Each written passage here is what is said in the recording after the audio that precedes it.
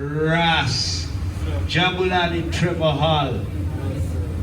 41 years, he repatriated Africa and come in 41 years. For those of you watching for the first time, I'm a Jamaican and I'm the wife of a Zimbabwean and we're living in Zimbabwe.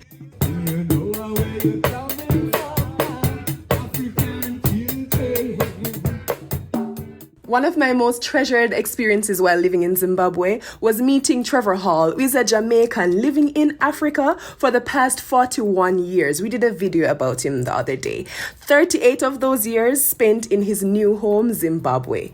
Ras Jabu, as he's called, has been a reggae icon in Zimbabwe, promoting African consciousness, unity, self-reliance through Jamaican reggae music. His influence is well known to many Zimbabweans home and abroad, many of whom were loyal supporters of his once popular national reggae TV show, Rockers Vibes. This is part 2 of our sit down with this Jamaican Zimbabwean Rasta, where he talks more about Zimbabwe's historical love for Jamaican music, how this influenced music in Zimbabwe today, and whether Jamaica's musical influence around the world still has the positive, uplifting effect that reggae music is meant to have.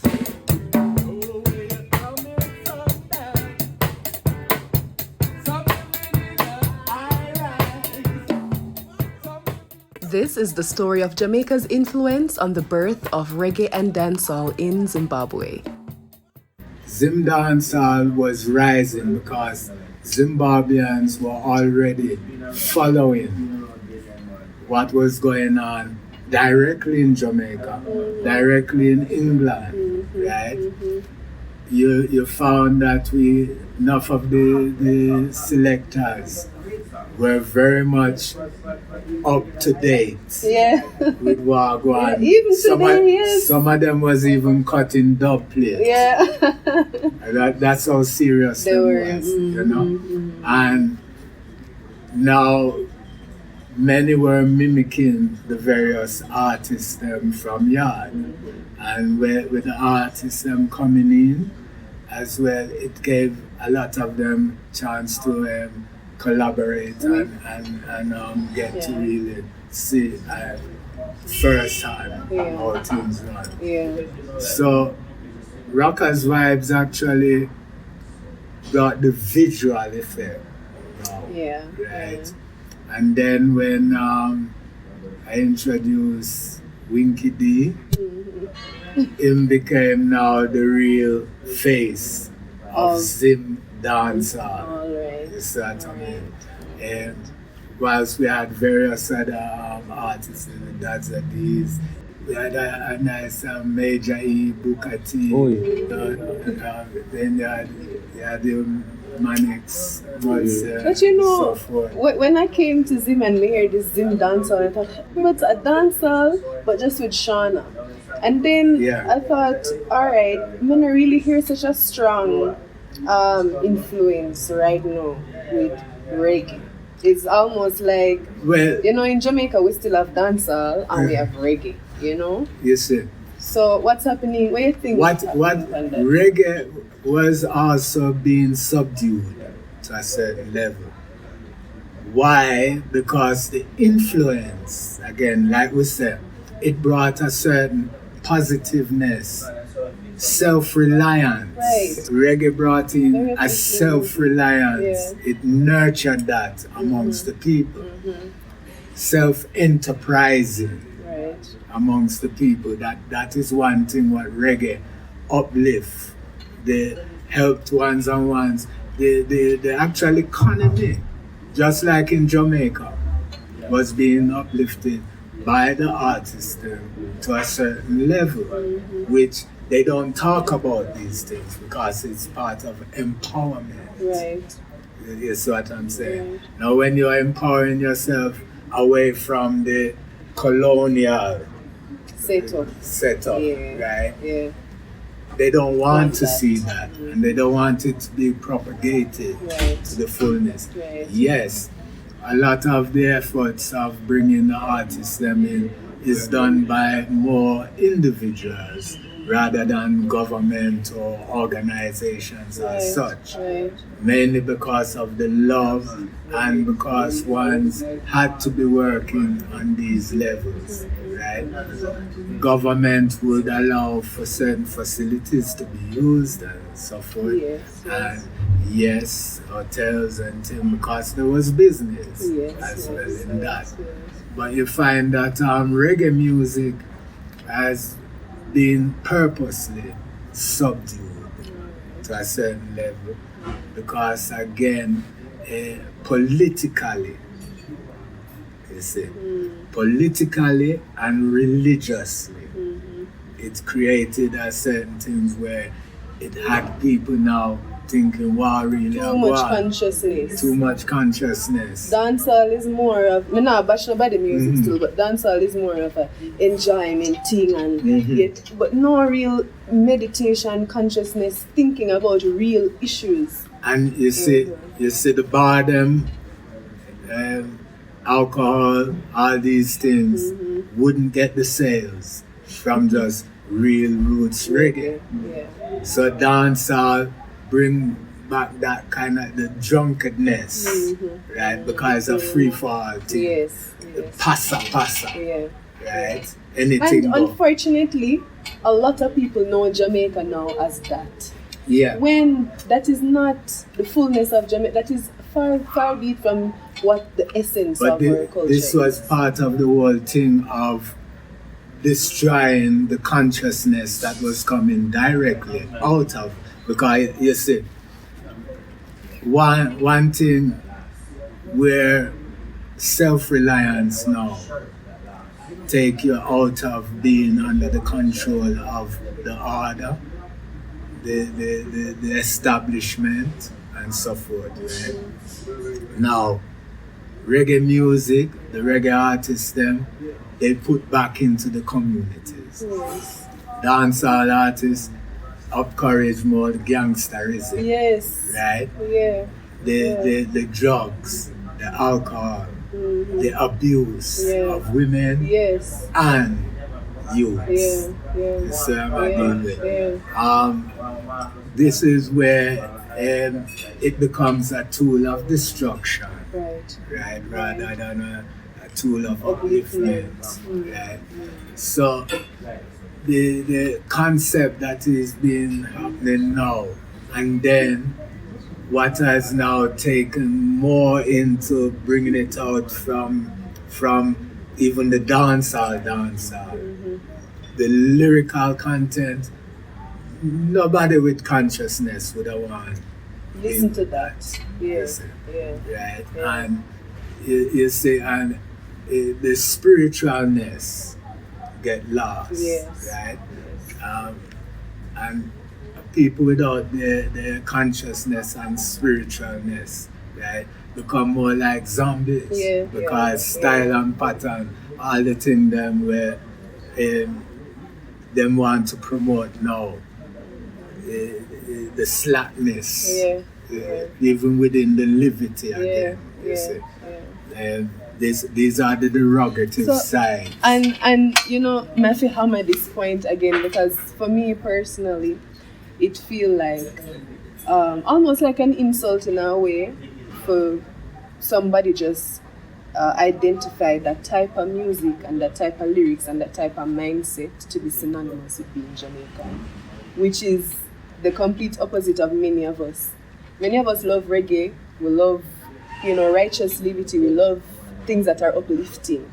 But once you see, somebody meet you and you say, okay, I'm a Jamaican, they think of negative connotations from the dancehall music. Well, when we look at generic, the generation, what is being controlled by word sound vibration. The music will come out now, the frequencies which are being used, the kind of synthetic drugs and the alcohol and the actual so-called energy drinks and things is all part of that. You see what I'm saying? Psychologically keeping the youths them in a certain frenzy, right? Keep them out of the consciousness of that oneness. Yes. It become a gang territory kind of thing. Right. You know what I'm saying? Right. So it's more of that. Why they want to break now the influence that Jamaica has on the world. Right. Because reggae music has changed the whole world. Yeah. Not just, it helped liberate Africa, and it's liberating the whole world to a serious extent. Right? You go to Europe, it's pure roots reggae I play. Yes, roots and reggae. it's white bands where I play the music, right? What they do now, them synthesize the music, digitalize it, so the feeling is not there. So you don't ride upon the reggae rhythm which roots have that live, article, roots, natural feeling. It's a synthesized sound which is on a certain timing which don't have a feeling. You see what I'm saying, right? To the point where there's no lyrical content but more repetitive, derogative, profanities that is coming out of, you know, there's no straight sentence of consciousness anymore, right? So we're not communicating anymore with one another. It's just enjoyment.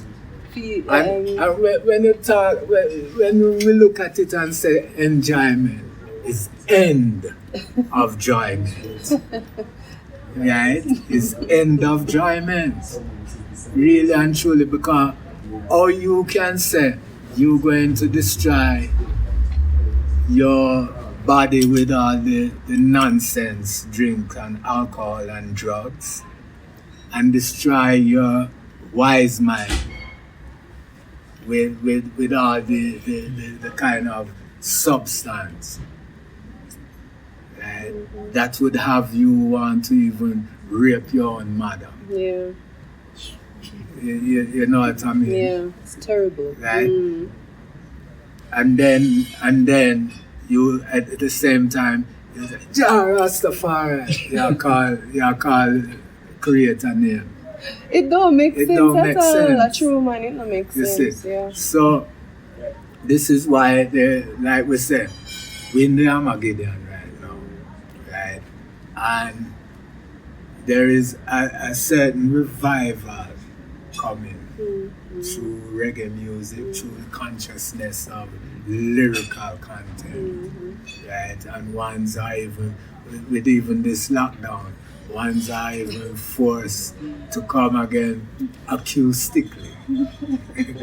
People now want to break away from this social distancing. They want to talk to one another again. Yeah. You know what I mean? Learned the importance of it, right? Tell me, what would you say to any Jamaican or anybody from the Caribbean or any Black American, any Black person out there who is contemplating moving to an African country? What's your advice to them? My advice to them is that Africa is open, more open now. There is an integration that is going on between those of us that born out of Africa and Africans that are going there, finding their way to find their way home, right? There is that link up. There is an example of that, right? Many ones are coming in. The lockdown actually brought in a serious amount of ones from the diaspora transition to the living spora.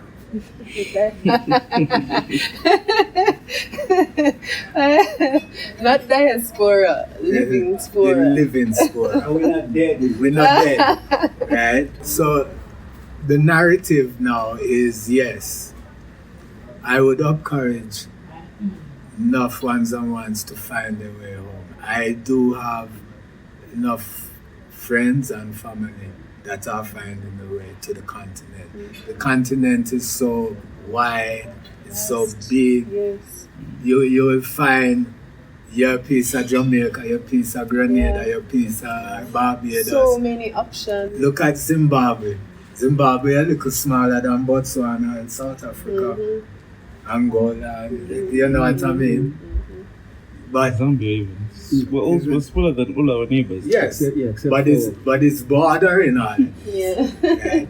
It's in a very strategic position. Yes. That is why Cecil Rhodes was sent here. Exactly.